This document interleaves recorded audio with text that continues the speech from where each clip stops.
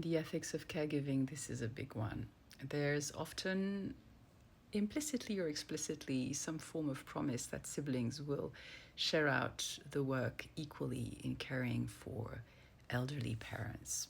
But in practice, usually there's going to be one default person who emerges and carries most of the load and also gets most of the relationship advantage. This is not just a negative. And I say this as having been the default child when my mother was in her final illness. You also get a lot of time with the person and some really rich parts of your relationship happen then. So it's not all hardship, but there is a lot of time. There is a lot of, you're going to sacrifice sleep, you're going to sacrifice some of your own priorities, and there can be an impression that this is unequal among the siblings. And I get this comment that this can result in a feeling of broken promises.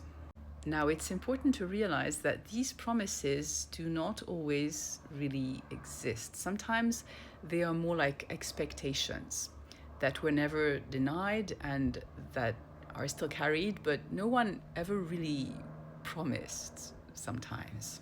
And if you had an expectation that one of your siblings would do something, but somehow it slipped your mind to tell them about it, that's sort of on you. Even, and this is important, even if you believe that it should have been obvious to them that it was up to them to do this. No, these things are not obvious. You need to actually use your words and say this. Sometimes, however, the promise is explicit, and then when reality shows up, it turns out that people are unable or unwilling to make good on them. These are genuinely hard situations. And because they're hard, it can be easy to start with blame, but I would like to encourage you to at least try to not do that. In fulfilling our promises, even the ones we made explicitly, our duty is to do what we can. And sometimes we simply cannot. In the comment here, you say that the sibling now has children, and depending on the age of the children, depending on the situation of the children, this may be a genuine hard limit that they are up against. It may be that they now truly cannot make good on the promise they made when they were imagining that it would happen in different life circumstances for them. And that's just one hypothesis. There's a number of different scenarios. I'm a physician and an ethicist and an ethics consultant in the hospital where I work in Geneva. And I've seen so many family situations. Reality is more diverse than our ability to imagine it. Sometimes the default sibling is simply the one who lives nearby. Sometimes the default sibling is the one who is faster in picking up things, and others step back because the things have already been done. Sometimes the default sibling is the one that has the professional training that makes them better able to do the things. Sometimes the default sibling is the one who most wants control and the others let them. Sometimes, more rarely I have to say, but sometimes that does happen, the default sibling is the one who has been more absent before and steps in now to compensate. But in that case, they probably would not write a comment of this kind saying that they feel unfairly treated. I know the advice I'm giving you can be really hard, and I know the outcome will vary a lot depending on your family configuration, but my advice would be to step back from the need to blame and to start with a diagnosis of the situation. If an explicit promise was made, start with expressing understanding that your sibling may be in a harder situation to make good on it than was initially foreseen.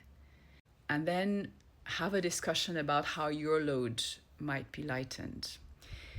I suspect that the main problem is not so much that they are doing too little, but instead the problem is that you are doing too much. And they may not be the only person able to lighten your load. So here's another piece of advice I found useful for myself and that I give to people who are caregiving. make at some point 15 minutes for yourself. I know it may be hard, but try to do that. Sit down, make a list of everything that you are doing for the person that you are helping. When you're done making that list, add the things that you will inevitably have forgotten. Things that are not recurring, or things that are recurring but you didn't think to add, like I have to get up at 2 o'clock in the morning to be with them in the emergency room when they call because they're anxious. Once you have everything on the list, make a mark next to every item that in theory, someone other than you could be doing. Of course, you also make a mark next to the items that maybe nobody needs to do, but I suspect at this stage there probably aren't many of those. So you mark the ones that in theory someone other than you could be doing, even if that somebody is hired for pay, and even, this is important, if this somebody would not do it as well as you are doing it. There are many things you can do, and many things probably that you will do better than others, but usually there are fewer things that only you can do. And once you have lightened your load, if you're at all able to, you might feel less resentment towards a sibling that you perceive as doing less than you.